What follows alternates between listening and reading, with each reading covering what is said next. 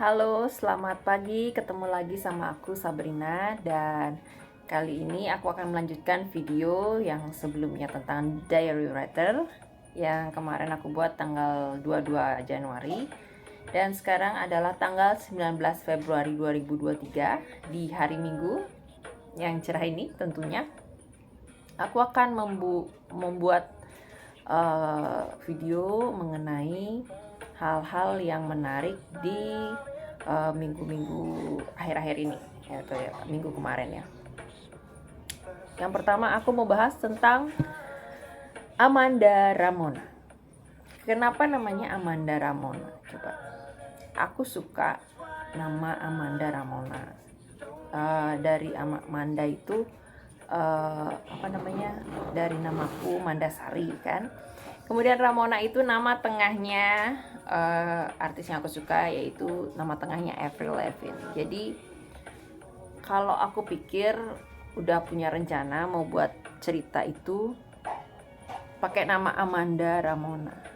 Jadi kalau kalian mau lihat tulisannya sedikit, emang aku buat sedikit sih. Boleh dilihat di IG ku sabrinadiary.sm. Di samping IG ku yang sering aku pakai yaitu @sabrina_mandasari. Kalau boleh, boleh banget follow TikTok aku di @mandasari_sabrina karena aku tuh kayak iseng-iseng dan mencoba di aplikasi CapCut juga. Dan ya, follow aja kalau berkenan ya. Beside that, aku mau bahas tentang be better every day. Be better every day ternyata sudah membuahkan hasil, dan aku tahu itu karena aku mendapat sebuah itu dah sebuah penghargaan, which is lumayan, means a lot to me. That means I can work better than yesterday and every day, be better every day. Terus yang berikutnya aku mau bahas tentang sebuah buku yang aku beli secara online dalam artian masih di Denpasar tentunya, tapi aku beli lewat WA maksudnya. Nih, buku The Visual MBA. Tahu MBA itu apa?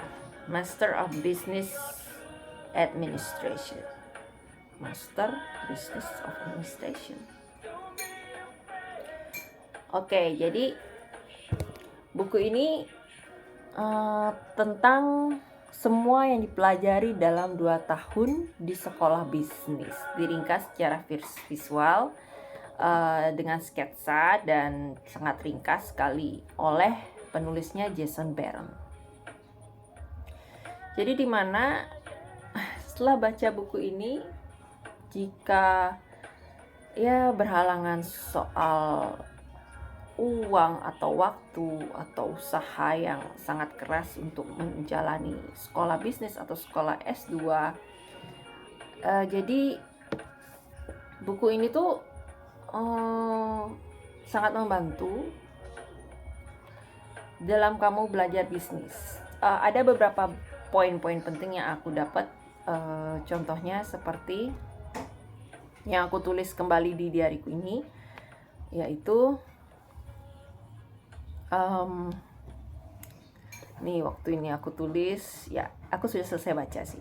Ini ada yang aku tulis ya. Ketika memulai sebuah posisi baru atau tanggung jawab baru, jangan merasa kewalahan. Tetap tenang, kemudian lakukan pemetaan proses. Temukan kompleksitasnya dan sederhanakan. Jadi kalau dihubungkan sama aku mungkin, misalnya kayak cepet gawat gitu kan, dapat tugas atau apa tuh, jadi udah ruwet rumit gitu pikirannya. Jadi aku serasa dapat nasihat, sederhanakan. Coba tulis dulu. Misalnya yang ruwetnya segini, pilah-pilah jadi yang hal-hal kecil gitu kan.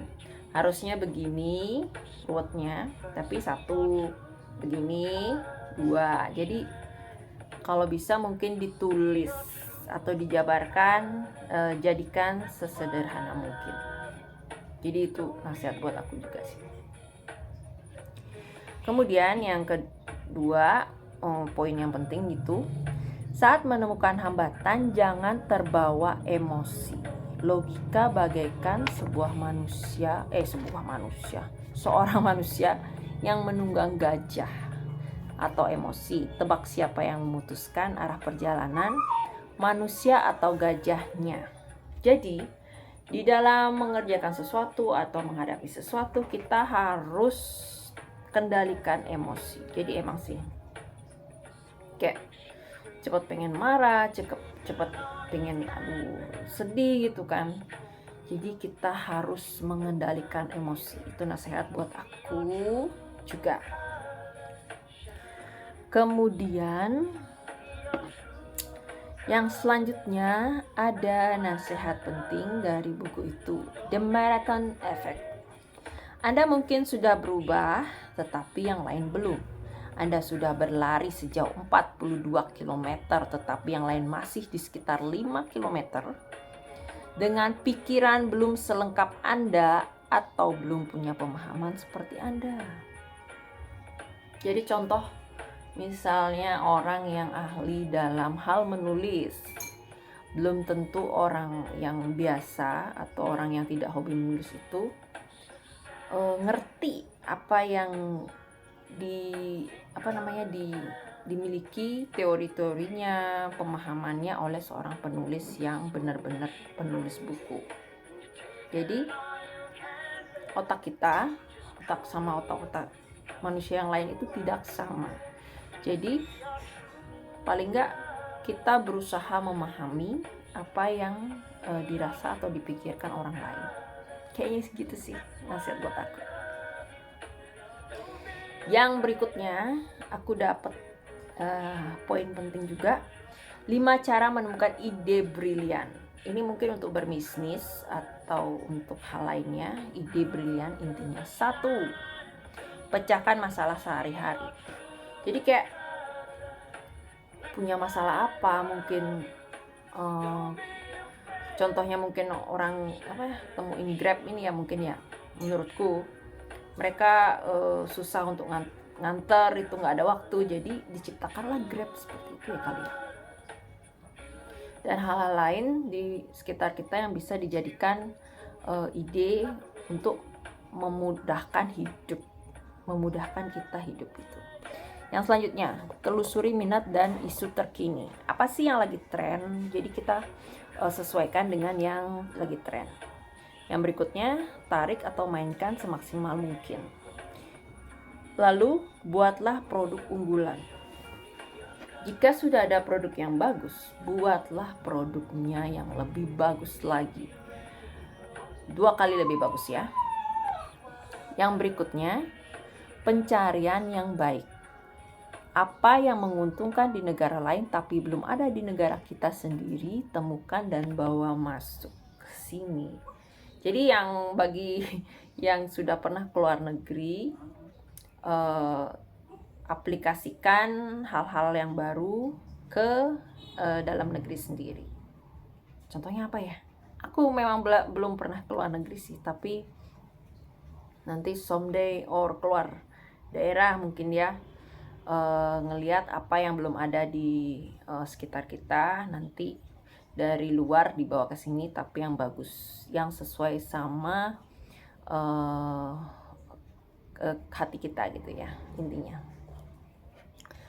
Jadi aku juga akhir-akhir ini dengar ilmu di podcast itu atau di YouTube itu sangat banyak. Jadi kayak seperti kuliah online gitu, tapi tanpa harus membuat PR. It's kinda nice. Jadi I like that habit. Jadi teman-teman kalau yang pengen menambah pengetahuan. Jangan lupa, ya pasti semua suka nonton YouTube atau dengar podcast dan baca-baca buku serta mengikuti kelas online atau webinar. Aku sebenarnya lagi ngikutin kelas tentang copywriter tapi lagi setengah jalan. Oke?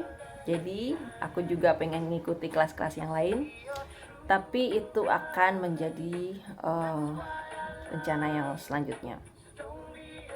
Selain itu juga mungkin baca-baca buku yang aku udah beli juga ini kan, buku You Do You juga, buku The Visual MBA ini aku baru setengah baca. Oke, terus mungkin di buku digital juga, beli majalah digital juga untuk menambah wawasan atau menambah pengetahuan tentang selebriti. Oke, segitu dulu pengetahuan atau hal-hal yang aku dapat akhir-akhir ini. Kita ketemu lagi selanjutnya di video diary writer next.